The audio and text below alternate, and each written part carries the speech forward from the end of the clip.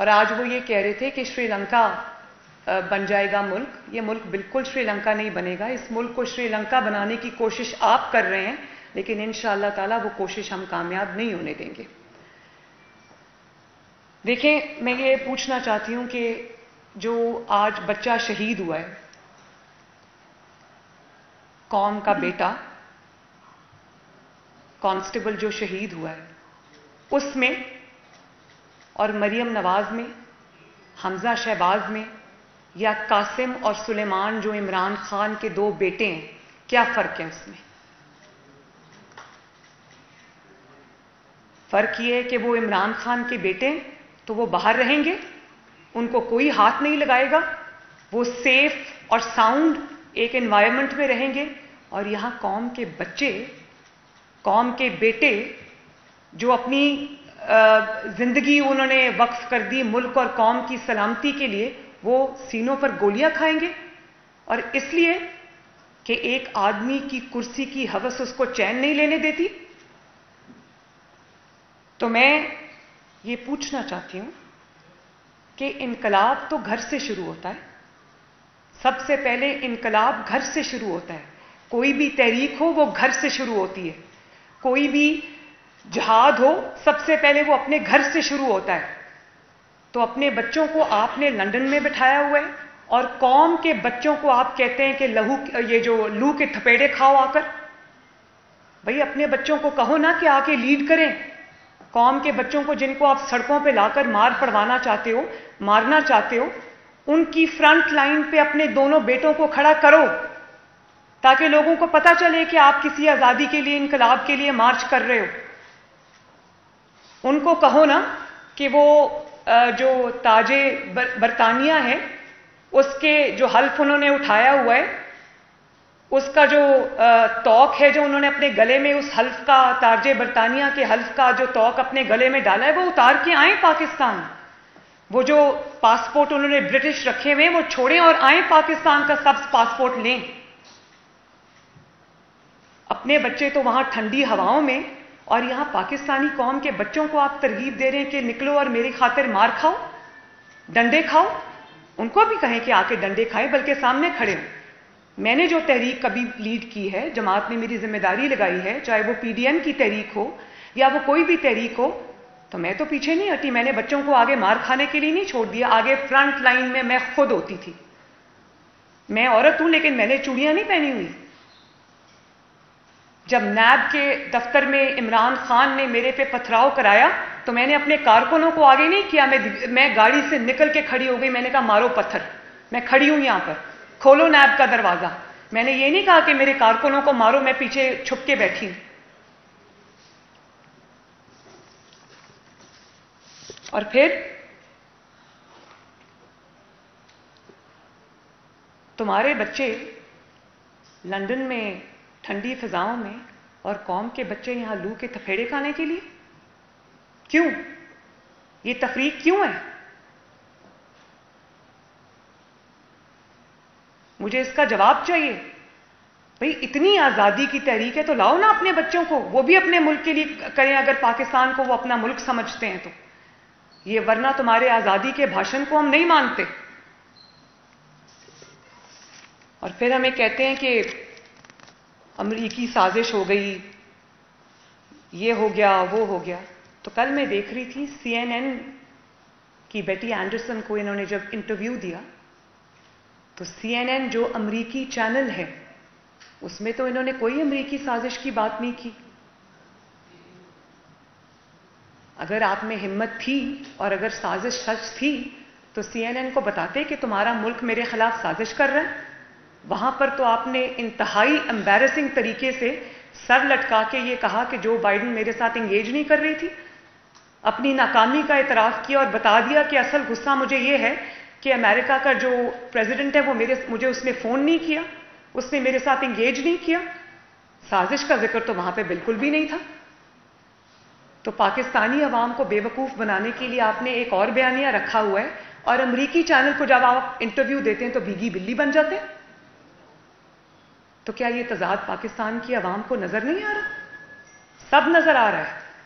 آپ یہ مانیں, آپ CNN کو کل کہہ رہے تھے کہ میری پرائم منسٹر ہوتے ہوئے اتنی اوقات دنیا نہیں سمجھتی تھی کہ دنیا مجھے منہ لگاتی یا مجھے فون کرتی.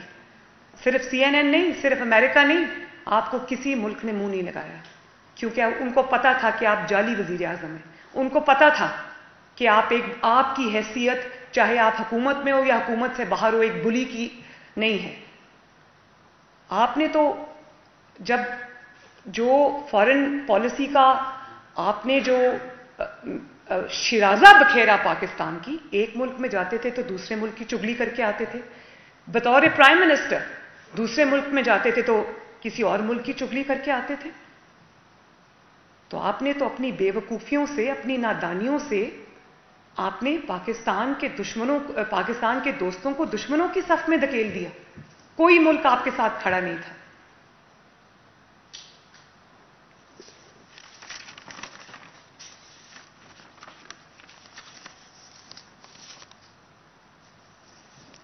تو میں یہ سمجھتی ہوں کہ کوئی ضرورت نہیں ہے کسی کو بھی پاکستان میں کہ وہ آپ کی جھوٹی جو آپ کیمپین چلا رہے ہیں، جو جھوٹا آپ ڈرامے کر رہے ہیں کہ وہ آپ کے اس ایندھن کا حصہ بنے.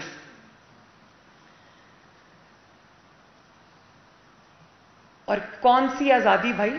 کیا آپ نے کرسی کا نام آزادی رکھا ہوا ہے یا آپ نے فرا گوگی کا نام آزادی رکھا ہوا ہے؟ قوم کو بتایا جائے نا کون سی آزادی. اور اس کے اوپر سے آپ اداروں کو دھمکا رہے ہیں اور چاہتے ہیں کہ آپ اداروں پہ پریشر ڈالیں. تو میں آپ کو یہ بتا دوں کہ اپنی جب حکومت تھی تو کہا کہ جو ہمارے چیف ہیں ان سے زیادہ نیوٹرل میں نے چیف نہیں دیکھا. پھر جب کرسی کھسکی تو کہا کہ نیوٹرل تو جانور ہوتا ہے اور اللہ تعالیٰ ہمیں نیوٹرل رہنے کی اجازت نہیں دیتا. اور کل کہا کہ فوج نیوٹرل رہے. ECP کا چیئرمین آپ نے خود لگایا، اس کی تعریف میں دن رات کے کلابے ملائے. جیسے ہی آپ کو پتا چلا کہ ECP کے چیف کے پاس آپ کی فارن فنڈنگ کے irrefutable ایویڈنس آ گئے تو آپ نے ECP کے چیف کو اٹیک کرنا شروع کر دیا. آپ نے ان کو گالیاں نکالنی شروع کر دی، آپ نے ان کے خلاف کیمپین چلانی شروع کر دی. اور ابھی جب ECP کا ڈیسیجن آیا اور انہوں نے 25 ممبرز کو ڈی سیٹ کیا، اس دن ECP کی پھر سے تعریفیں اور شکریہ ادا کرنے لگے. اور آج پھر ECP کو کہا کہ ECP کا جو چیئرمین ہے وہ غلام بنا ہوا ہے. پھر آپ نے کہا کہ عدالتیں آزاد ہیں، اسی لیے نواز شریف کو بھی سزا ہو گئی، مریم کو بھی سزا ہو گئی. اس وقت تو عدالتیں بہت اچھی تھیں. جب آپ نے آئین توڑا، قانون توڑا، اپنے پاؤں کے نیچے آپ نے آئین کو روندا اور آپ کو سپریم کورٹ آف پاکستان نے جو تاریخی ڈیسیجن دیا، 12 بجے عدالت کھلی اور آپ کو آئین شکنی سے روکا گیا، تو آپ نے عدالت کو نہ صرف برا بھلا کہا بلکہ سوشل میڈیا پہ خطرناک ترین گالیوں پر مبنی کیمپین چلائی آپ نے عدالت کے خلاف. اور پھر جب عدالت نے سو موٹو نوٹس لیا شہباز شریف صاحب کے خلاف تو اس دن سے آپ عدالت عظمیٰ کی تعریفیں شروع کر رہے ہیں. تو میں عدالتوں کو بھی یہ بہت ادب سے یہ بات کہنا چاہتی ہوں، عدلیہ کو بھی کہنا چاہتی ہوں کہ یہ روایت مت ڈالیں کہ جو شخص سب سے بڑھ کر اداروں کو گالیاں نکالے گا اسی کے حق میں فیصلے آئیں گے. قوم کے حق میں فیصلے کریں، ملک کے حق میں فیصلے کریں. سوشل میڈیا کو مت دیکھیں، میڈیا کو مت دیکھیں اور اس قوم کے مستقبل کے حق میں فیصلے کریں. اور یہ جو میں نے آپ کو بتایا کہ بہت نیوٹرل ہے، نیوٹرل جانور ہوتا ہے، اللہ تعالیٰ نیوٹرل کہنے کی اجازت نہیں دیتا، ہونے کی اجازت نہیں دیتا، اور پھر اب نیوٹرل ہو جائیں، ECP اچھا ہے، ECP برا ہے، عدالتیں اچھی ہیں، عدالتیں بری ہیں. یہ سب ایک ہی آدمی کے سٹیٹمنٹس ہیں تھوڑے تھوڑے وقفے کے ساتھ. کسی اور ملک میں اس قسم کا کوئی آدمی آتا تو پاگل خانے کی وین خود ہی آ کے اس کو گھر سے لے جاتی. اور یہ آدمی 22 کروڑ کی مالک بنا رہا ہے 4 سال. امیجن اس قسم کے آدمی کے حوالے یہ ملک اور قوم تھی، تبھی اس ملک کا یہ حال ہوا ہے. اور جب وہ کہتا ہے کہ میر جعفر اور میر صادق کے میں نے چہرے پہچان لیے ہیں، میں ان کو چھوڑوں گا نہیں، تو آپ کا کیا خیال ہے کہ وہ مریم نواز کو یہ کہتا ہے، وہ نواز شریف کو یہ کہتا ہے، وہ شہباز شریف کو یہ کہتا ہے؟ ہمارے چہرے تو اس کے دل پر لکھے ہوئے ہیں، اس کے دماغ پہ لکھے ہوئے ہیں. اس کو رات کو نیند نہیں آتی ہمارے چہروں کی وجہ سے. ہمیں وہ 10-12 سال سے اچھے سے جانتا ہے. تو یہ دھمکی وہ ہمیں نہیں دے رہا, یہ دھمکی وہ اسٹیبلشمنٹ کو دیتا ہے. اور یہ جو لانگ مارچ وہ کر رہا ہے, آپ کا کیا خیال ہے کہ وہ لانگ مارچ حکومت کے خلاف کر رہا ہے؟ یہ لانگ مارچ وہ اسٹیبلشمنٹ کے خلاف کر رہا ہے. اور پھر کہتا ہے کہ حمزہ شہباز تو چیف منسٹر ہے نہیں, تو حمزہ شہباز کیسے فیصلہ کر رہا ہے؟ حمزہ شہباز اگر چیف منسٹر نہیں ہے تو کیا عثمان بزدار چیف منسٹر ہے؟ کیا فرح گوگی چیف منسٹر ہے؟ یا اس کا ہسبینڈ, کیا نام ہے اس کے ہسبینڈ کا؟ جی, آصم نوید گجر صاحب. احسن نوید گجر صاحب پنجاب کے مالک ہیں. ہمیں بتا دیا جائے کہ کون ہے چیف منسٹر. حمزہ شہباز شریف پنجاب کا chief minister, elected chief minister ہے, جس کو پنجاب کے عوام کے نمائندوں نے چنا ہے. اور ہمیں تو ابھی بہت حساب کتاب باقی ہیں. پنجاب کیا مفت کا آیا ہوا ہے کہ پہلے اس کو بزدار کے ذریعے خراب کیا, پھر فرح گوگی کے ذریعے لوٹا, اور سارا مال جو ہے وہ بیگز بھر بھر کے اہلیہ محترمہ جو بنی گالا میں بیٹھی ان کو جاتا رہا. پنجاب کو لوٹ کے یہ کھا گئے. پنجاب کو کھنڈر کا ڈھیر بنا دیا انہوں نے, کھنڈر بنا دیا انہوں نے. سب سڑکیں ٹوٹ گئیں. اب میں جلسے کے لیے جا رہی ہوں تو میں جو 2017-18 میں جلسے کرتی تھی, میں نے دیکھا پنجاب کی ہر سڑک اچھی تھی, ہر چیز وہاں پہ, ہر سہولت موجود تھی. اب مجھے لگتا ہے میں کھنڈر میں جا رہی ہوں. تو کس نے آپ کو اجازت دیا ہے کہ پنجاب حکومت کے ذریعے آپ پنجاب کے عوام کے حق میں ڈاکہ ڈالیں؟ پنجاب کے عوام نے اپنا مینڈیٹ ان سے چھین کر, فرح گوگی سے چھین کر, بزدار سے چھین کر نواز شریف اور شہباز شریف اور حمزہ کے حوالے کیا ہے. کیونکہ وہ جانتے ہیں کہ پنجاب کی بھلائی الحمدللہ اسی میں ہے کہ پنجاب ترقی کرے, اس کو لوٹ کے نہ کھایا جائے, وہاں پر مال گاڑیاں نہ چلے. تو میں عمران خان کو یہ کہنا چاہتی ہوں کہ چیف منسٹر پنجاب اللہ تعالیٰ کے فضل سے حمزہ شہباز شریف ہے. آپ اس کو جتنا بھی روک لیں وہی چیف منسٹر اور وہی رہے گا انشاءاللہ. اور پرائم منسٹر آف پاکستان محمد شہباز شریف ہے اور وہی رہے گا انشاءاللہ تعالیٰ. خوابوں کی دنیا سے باہر آ جاؤ. تمہاری حکومت بدل چکی ہے اور بلکہ تمہاری دنیا بھی بدل چکی ہے. اب تمہارے حکم کے مطابق فیصلے نہیں ہوتے, تمہارے فرمانوں کی مطابق فیصلے نہیں ہوں گے. اب آئین, قانون اور جس طرح حکومت پاکستان چاہے گی عوام کے حق میں وہی فیصلے ہوں گے. اور پھر کہتا ہے پرامن احتجاج. ذرا یہ چلائیں نا, ذرا کائنڈلی اس کو چلائیں. اور پرامن احتجاج کی ذرا اپنے کیمراز کائنڈلی ادھر کر دیں. یہاں مہربانی کر کے اپنی اوقات کریں, اپنی حیثیت کریں, میں نے سوال دیکھا ہے, آپ کو ڈانٹ دے رہے ہیں, پیغام دے رہا ہوں. اگر ہمارے چیئرمین کی طرح میں نے یہاں سے دیکھا بھی سیکھا کہ ہمارے کسی وجہ کی طرح آپ نے میں یہاں سے دیکھا, تو میں نے یہاں دیکھا ہوا ہے, اور میں آپ کو بھی جانتا ہوں, اپنے خاندان کو بھی جانتا ہوں. خدا کے سب آپ کو بات کروں گا, میں مجھ سے یاد رکھیں.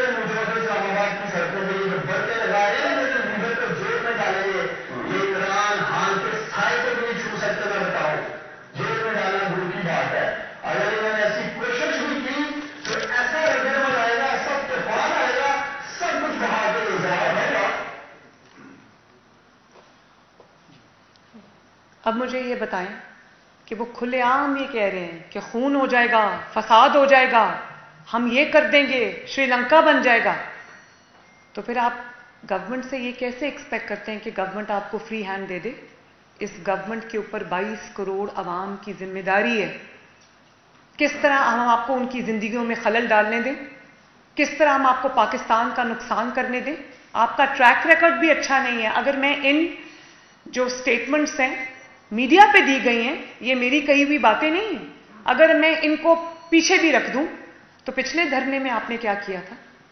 آپ نے کہا کہ ہم آگے نہیں آئیں گے، ہم کوئی لا اینڈ آرڈر سچویشن نہیں کریٹ کریں گے. اور پھر کیا ہوا؟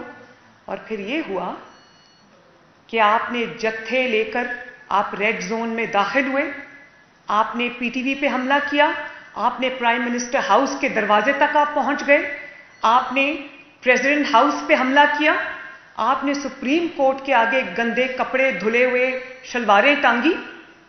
اس کے بعد پوری دنیا نے یہ مناظر دیکھے کہ آپ کے غنڈوں نے، آپ کے بدماشوں نے ڈنڈے لے کر پاکستان کے پولیس والوں پر، سیکیورٹی ایجنسیز کے لوگوں پر آپ نے ڈنڈے مار مار کے ان کی ہڈیاں توڑی. وہ آپ کو لڑکا یاد ہے جس نے ہیلمٹ پہنی ہوئی تھی، جس کو سب ڈنڈے لے کے مار رہے تھے، اس کی جسم کی کوئی ہڈی سلامت نہیں رہی تھی.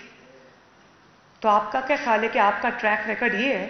تو آپ آج کہیں کہ ہم پرامن جلوس اور جلسے کرنے کے لیے آ رہے ہیں اور گورنمنٹ مان جائے گی اور آپ کو امن و امان سے کھیلنے کی اجازت دے گی؟ کوئی بھی اگر یہاں پر لا اینڈ آرڈر کی سچویشن کریٹ ہوئی، آج جو قتل ہوا ہے، شہادت ہوئی ہے، اس کا ذمہ دار وہ کانسٹیبل جو کمال شہید ہوا ہے، اس کا ذمہ دار عمران خان ہے. اور یہی وہ پورے ملک میں فساد برپا کرنا چاہتے ہیں. یہ ہم نہیں ہونے دیں گے انشاءاللہ. ہاں، میٹریکولیشن کے امتحانات ہونے والے ہیں، او لیولز اور اے لیولز کے بچوں کے امتحان ہونے والے ہیں. تو آپ یہ سمجھتے ہیں کہ آپ کو ہم کھلی اجازت دے دیں گے کہ آپ کے بچے لندن میں بیٹھ کے اسکول بھی جاتے رہیں، کالج بھی جاتے رہیں، یونیورسٹیز بھی جاتے رہیں، ان کو کوئی کچھ نہ کہے؟ اور یہاں ماؤں کے بیٹے، میں خود ایک ماں ہوں، ان کے بچے جو سالہ سال سے تیاری کر رہے ہیں، کوئی میٹرک میں، کوئی او لیولز میں، کوئی اے لیولز میں، ان کے امتحانات میں خلل آ جائے. 2 دن کے لیے راولپنڈی کے اسکولز بند کرنے پڑ گئے. اس کا الزام کس پر ہے؟ عمران خان پر ہے. اپنے بچوں کے ساتھ یہ سلوک اور قوم کے بچوں کے ساتھ یہ سلوک کیوں؟ کیونکہ وہ عمران خان کے بچے. تم آؤ، تمہیں اب ہم سے تمہارا کوئی بھی، تم اعلان کر کے پھنس گئے. اور اب تمہاری آج کی پریس کانفرنس میں دیکھ رہی تھی تو مجھے تمہارا جو لٹکا ہوا چہرہ بتا رہا تھا کہ تم پھنس گئے ہو، غلط فیصلہ کر بیٹھے ہو. آؤ، میں نے کل پرائم منسٹر سے بھی کہا ہے اور میں نے انٹیریئر منسٹر سے بھی کہا ہے کہ عمران کو اریسٹ نہ کیا جائے، اس کو آنے دیں، اس کو بیٹھنے دیں آ کر، ہم بھی ذرا دیکھیں کتنا دم ہے، کتنی دیر نکال سکتے ہیں. لیکن اگر تم نے یہ دیکھیں، پہلے بھی یہ جتھے لے کر جب آئے تو چائنا کے صدر نے آنا تھا. چائنا کا صدر پاکستان نہیں آ سکا اور اس کا نقصان پاکستان کو ہوا. وہ انڈیا چلا گیا، پاکستان نہیں آ سکا. اب جب اس کی ہوئی مہنگائی، اس کی ہوئی بربادی، اس کی نالائکی، نااہلی اور غفلت سے، کرمنل نیگلیجنس سے پاکستان کی معیشت جو وینٹیلیٹر پہ چلی گئی، پاکستان کا جو حالات میں، جس کھائی میں پاکستان کو یہ پھینک کے چلا گیا. اور پھر کہتا ہے کہ مریم نواز شریف میرا نام کیوں لیتی ہے؟ جس انسان نے 4 سال میں پاکستان کی تباہی کی، جس انسان نے مہنگائی کے منو بوجھ تلے قوم کو دبا دیا، جو انسان پاکستان کی تباہی کا سنگل ہینڈڈلی ذمہ دار ہے، جس نے عوام پہ لوڈ شیڈنگ کا جو جن ہے، آج وہ دوبارہ عمران خان کی شکل میں، پی ایم ایل این تو 2018 میں لوڈ شیڈنگ ختم کر کے گئی تھی، نئے کارخانے لگا گئی تھی. لوگ کہتے تھے کہ جنات ہے کیا اتنی جلدی کارخانے لگا گئے. 0 لوڈ شیڈنگ. آج پاکستان میں 6-8 گھنٹے لوڈ شیڈنگ ہو رہی. کیوں ہو رہی؟ کیونکہ 4 سال کسی نے عوام کے مسائل کی طرف مڑ کے بھی نہیں دیکھا.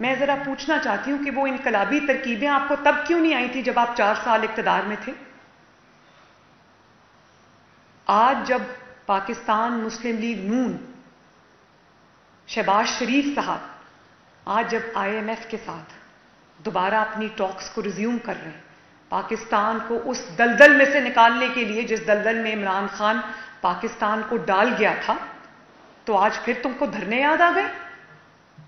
اس کی وجہ یہ ہے، پاکستانیوں سے میں یہ بات کرنا چاہتی ہوں، اس کی وجہ یہ ہے، یہ فوری الیکشن اس لیے نہیں چاہتا کہ اس کو جیت کا یقین ہے، اس کو پتا ہے کہ مسلم لیگ نون کی حکومت اگر رہ گئی، نواز شریف اور شہباز شریف کی حکومت اگر رہ گئی، تو یہ میں نے جو گند مچایا 4 سال میں، مسلم لیگ نون انشاءاللہ تعالی آنے والے 4-6 مہینے میں پاکستان کو اس بحران سے، اس دلدل سے نکال کے لے جائے گی۔ اصل تکلیف یہ ہے، اور اسی کے راستے میں اس نے جلدی جلدی میں لانگ مارچ کا جو اعلان ہے وہ کر دیا۔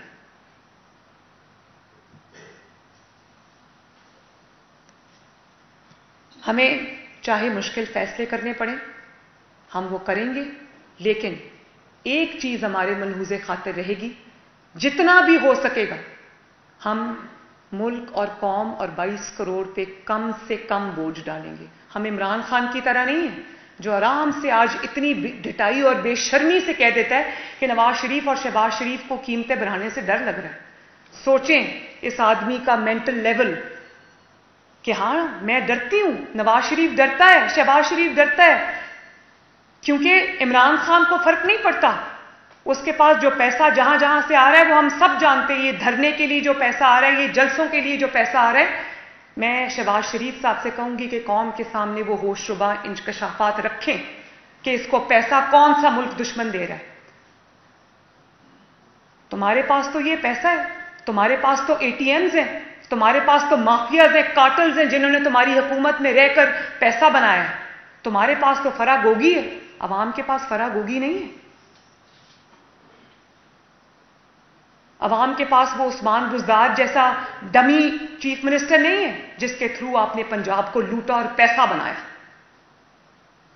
تو میں عوام کو اگر 1 روپیہ بھی کسی بھی چیز کی مد میں بڑھتا ہے تو عوام کو تکلیف ہوتی ہے، مہنگائی ہوتی ہے، اس کی تکلیف نواز شریف کو ہے، اس کی تکلیف شہباز شریف کو ہے۔ تمہاری طرح نہیں کہ 4 سال مہنگائی، روز صبح اٹھتے تھے مہنگائی بڑھ جاتی تھی اور پھر آرام سے کہہ دیا میں آلو پیاز کے ریٹ پتہ کرنے نہیں آیا۔